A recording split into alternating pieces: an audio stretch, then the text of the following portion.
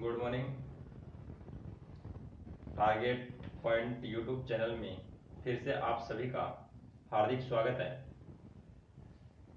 आज हम कैलेंडर के बारे में बात कर रहे हैं और कैलेंडर में हम 4 टाइप की बात करेंगे। जो हमने पिछले 3 वीडियो बनाए हैं उनमें हमने फर्स्ट, सेकंड और थर्ड पार्ट की बात कर ली है। आज हम भाग 4 की बात कर रहे हैं। आप वीडियो को लास्ट तक देखें, कमेंट करें, शेयर करें और सब्सक्राइब करें। किसी प्रकार की कोई भी दिक्कत हो तो कमेंट के माध्यम से जरूर बताएं।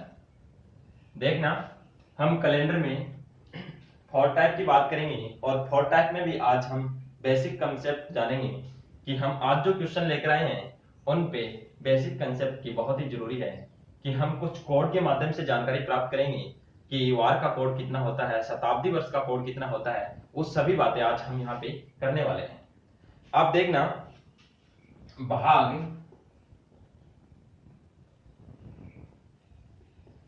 और उसमें भी हम क्या जानकारी प्राप्त कर रहे हैं, बेसिक जानकारी प्राप्त कर रहे हैं। जैसे हमारे पास शताब्दी वर्ष होते हैं, शताब्दी वर्ष 100, 200, 300, 400, ये क्या होते हैं? शताब्दी वर्ष होते हैं। जो शताब्दी वर्ष होते हैं इनमें भी लीप वर्ष और साधारण वर्ष होते हैं और 100 और 300, 200, 400 हैं, ये स्वयं क्या है? एक शताब्दी वर्ष है। और मैंने ये पहले बता दिया है कि शताब्दी वर्ष कभी लीप वर्ष नहीं होते हैं। कौन से शताब्दी वर्ष को छोड़ के, हर चौथे शताब्दी वर्ष को छोड़ के क्या नहीं होते हैं? लीप वर्ष नहीं होते हैं। जिनमें 400 का भाग जाता है वही लीप शताब्दी वर्ष होते हैं, बाकी लीप शताब्दी वर्ष नहीं होते हैं। जबकि लीप वर्ष वो होते हैं जिनमें 4 का भाग पूरा पूरा जाता है, वो क्या होते हैं? लीप वर्ष होते हैं। जिनमें 4 का भाग पूरा पूरा नहीं जाता है वो क्या होते हैं? साधारण वर्ष होते हैं। ये हमने पिछले वीडियो में बात कर ली है। लेकिन हम ये शताब्दी वर्ष आज फिर से क्यों लेकर आए हैं, इनके बारे में चर्चा कर रहे हैं कि जो 100वां शताब्दी वर्ष है इसमें लीप वर्ष कितने होते हैं, साधारण वर्ष कितने होते हैं, इनके बारे में हम चर्चा करेंगे। जो 100वां शताब्दी वर्ष है इनमें लीप वर्ष और साधारण वर्ष की बात करेंगे। लीप वर्ष और साधारण वर्ष देखना, लीप वर्ष होते हैं जो 100 से पहले की संख्या है, जो 99 संख्या है उनमें हम क्या करेंगे? 4 से भाग देंगे, 4 से डिवाइड करेंगे, वो हमारे पास जो प्राप्त होगा वो क्या होगा? लीप वर्ष। और जो बच गए 100 में से बाकी वो क्या होंगे? साधारण वर्ष होंगे। क्या होंगे? साधारण वर्ष होंगे। तो यहाँ पे जो आएगा वो 24 तो क्या आएंगे? लीप वर्ष। और जो बच गए 76 वो क्या आएंगे? साधारण वर्ष आएंगे।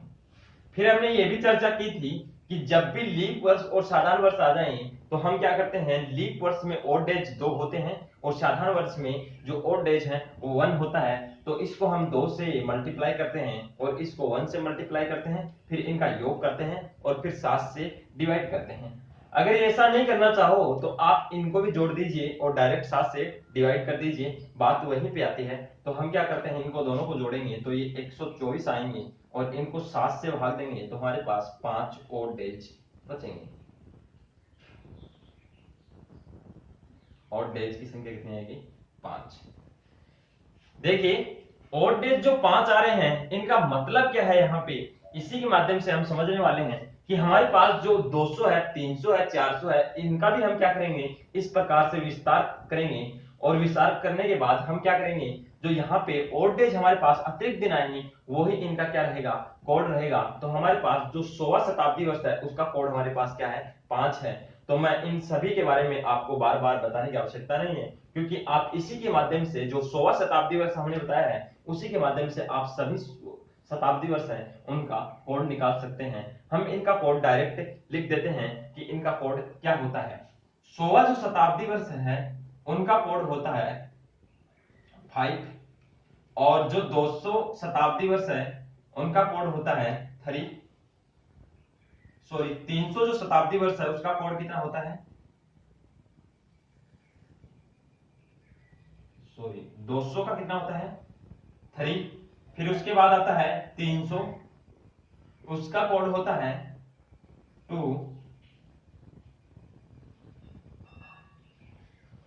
300 जो कोड है शताब्दी उसका होता है 1, उसके बाद आता है 400 का कोड होता है 0। एक बार फिर से देखना, 100वां जो शताब्दी वर्ष है उसका कोड होता है 5, 200 जो शताब्दी वर्ष है उसका कोड होता है 3, 300 जो शताब्दी वर्ष है उसका कोड होता है 1 और 400 जो शताब्दी वर्ष है उसका कोड होता है 0। इसके आगे देखना, हमने शताब्दी वर्ष के कोड के बारे में चर्चा कर ली है। अब हम कौन सी चर्चा करेंगे कि जो वार हमारे पास होते हैं उनके कोड क्या होते हैं, उनकी भी हम क्या करेंगे, चर्चा करेंगे। जैसे हमारे पास यहां से देखना, सोमवार से चलते हैं, सोमवार, मंगलवार, बुधवार, गुरुवार, शुक्रवार,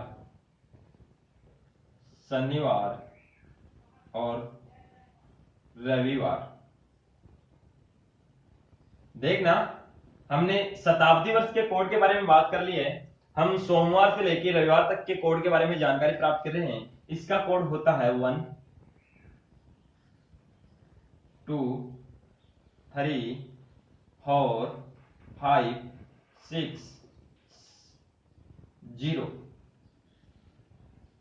ये सभी बातें आपको ध्यान में रखना है। अगर ये बातें आप ध्यान में रखोगे तो हम जो क्वेश्चन लेकर आए हैं उनको आप बहुत ही इजी तरीके से कर सकते हैं। अब देखिए, हमारे पास ये तो है नहीं कि 100, 200, 300 और 400 ही शताब्दी वर्ष आएंगे। हमारे पास अगर 2000 शताब्दी वर्ष आ गया, 1900 शताब्दी वर्ष आ गया, तो हम क्या करते हैं, तो सबसे पहले हम क्या करते हैं, 400 के मल्टीप्लाई में देखते हैं और 400 के मल्टीप्लाई तक हम क्या करते हैं, आगे तक पहुंचते हैं। जैसे हमारे पास 2000 आ गया तो 2000 किसका मल्टीप्लाई है, 400 का मल्टीप्लाई है। सबसे पहले बड़े का मल्टीप्लाई देखते हैं, 400 का मल्टीप्लाई है तो इसका कोड भी क्या रहेगा, 0 रहेगा। इसी प्रकार से आप देखना, जैसे 1900 है तो 1900 16 तक, 1600 तक तो क्या रहेगा, 400 का मल्टीप्लाई रहेगा, तो 1600 तक तो हमारे कोड कितने आएंगे, 0 आएगा। आगे देखना, हमारे पास 300 बच गया, 300 का यहां से देख लेना, 300 का कोड होता है 1, तो इसका कोड कितना हो गया, 1900 का कोड कितना हो गया, 1 हो गया। इस प्रकार से आप जितने भी शताब्दी वर्ष हैं उनके कोड रख सकते हैं। हम जैसे क्वेश्चन लेकर आए हैं और क्वेश्चन को सरल करते हैं, उसके आधारित देखना कि हम किस प्रकार से कोड को यूज करते हैं।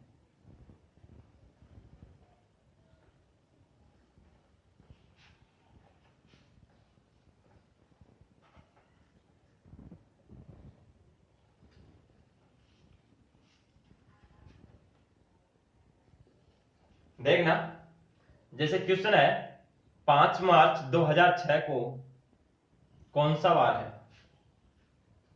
5 मार्च 2006 को कौन सा वार है। सबसे पहले हम क्या करेंगे, इससे पीछे की सन लेंगे 2005 कि 2005 तक के और डेज कितने हैं उनके बारे में हम चर्चा करेंगे कि 2005 तक पीछे जो हम चल के आएंगे वहां तक और डेज की संख्या कितनी है। 2005 में हम क्या करेंगे, 2000 को अलग लिखेंगे और 5 को अलग लिखेंगे।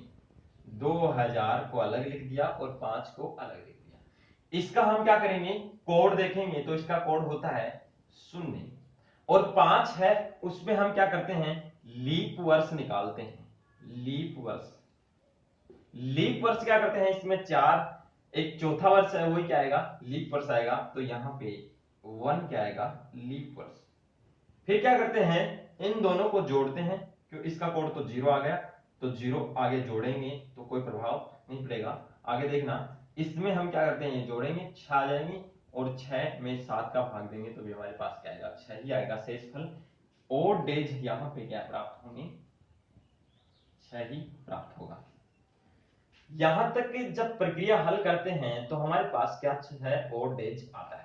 लेकिन हम 2018 तक की ही बात की है, 2018 तक की हमने चर्चा की है। इससे आगे की चर्चा हम यहां पे करेंगे कि 2006 तक हमारे को मार्च 2006 तक चलना है। सबसे पहले ये देखिए कि 6 क्या है, यहाँ पे लीप वर्ष है या साधारण वर्ष।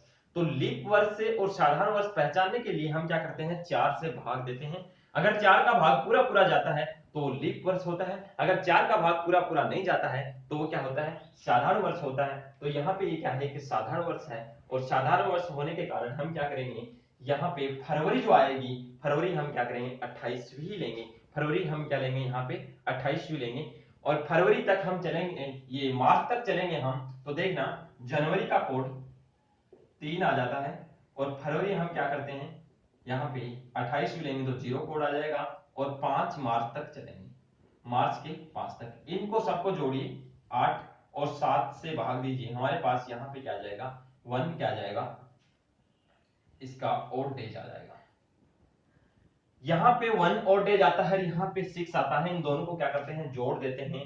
जोड़ने के बाद हम क्या करते हैं, अगर 7 से बड़ी संख्या है, अगर 7 से बड़ी संख्या है तो फिर से हम क्या करते हैं डिवाइड करते हैं, अगर 7 से छोटी संख्या है तो हम क्या करते हैं पीछे हम वार देख के लिख देते हैं, क्योंकि सप्ताह 7 ही दिन का होता है और हम 6 तक ही कोड के वार पढ़े हैं, उसके बाद हम क्या करते हैं 0 से वापस रिपीट हो जाता है कि रविवार का 0 कोड आता है, तो हम क्या करते हैं वापस इसमें क्या करते हैं 7 का भाग देते हैं, और 7 का भाग हम देने के बाद क्या देखते हैं, अगर इसमें हमारे पास कुछ अतिरिक्त दिन बच रहे हैं तो हम क्या करेंगे इसका वार लिख देंगे, अगर हमारे पास शेष फल अगर 0 ही आ रहा है तो हम उसका वार क्या रख देंगे, रविवार रख देंगे।